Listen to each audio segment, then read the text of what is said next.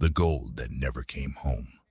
They said it was all still there, beneath layers of concrete and steel, guarded by surveillance systems, security protocols, and unbreakable locks. The gold, they assured, had not moved, not an ounce. But something didn't feel right. Germany was the first to ask.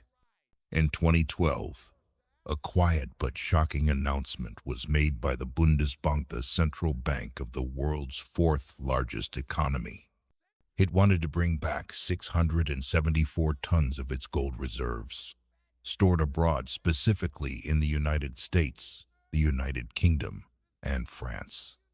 The gold had been held overseas since the Cold War, for safety, they said. But now, Germany wanted it back. The request should have been simple. After all, it was their gold. But then came the delays. Shipments would take 7 years, they were told. 7 years to return what already belonged to them. And in that moment, a question once whispered only by conspiracy theorists suddenly stood in the middle of a boardroom, wearing a suit and tie. Was the gold really there? Inquiries began. Official visits were arranged, but auditors were met with limited access.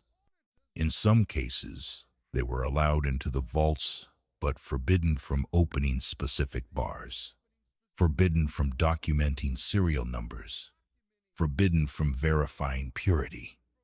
Security reasons, they were told. And the whispers grew louder. Where was the gold? Had it been leased, sold, or worse, replaced with promises? Gold leasing is no fantasy. Central banks often lend their gold to bullion banks, which then sell it on the market, betting that prices will remain stable. In theory, the gold can be bought back later. But what if the game collapses? What if the gold can't be returned because it was never intended to be? The deeper one looked, the murkier it became.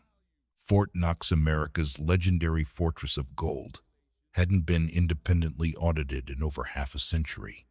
Journalists were denied access. Politicians who asked too many questions were brushed aside. And yet, the official number 8,133.5 reals tons remained unchanged, like a sacred mantra. But gold doesn't sit idle for decades. It shines.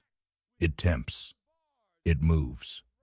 In 2013, when Germany managed to repatriate just 37 tons instead of the promised 84 for that year, rumors exploded.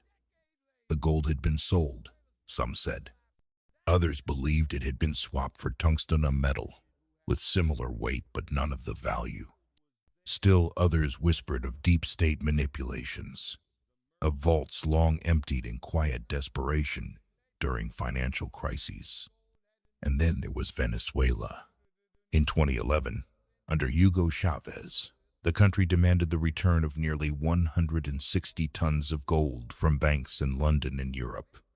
This time, shipments did arrive under heavy guard, met with cheers. But a decade later, during Venezuela's political collapse, that same gold was frozen. Courts debated who had the right to access it.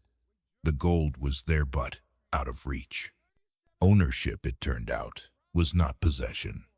The pattern was clear. Gold held abroad could be denied, delayed, disputed. It was no longer a metal, it was leverage. And those who controlled it controlled more than vaults. They controlled decisions, regimes, economies.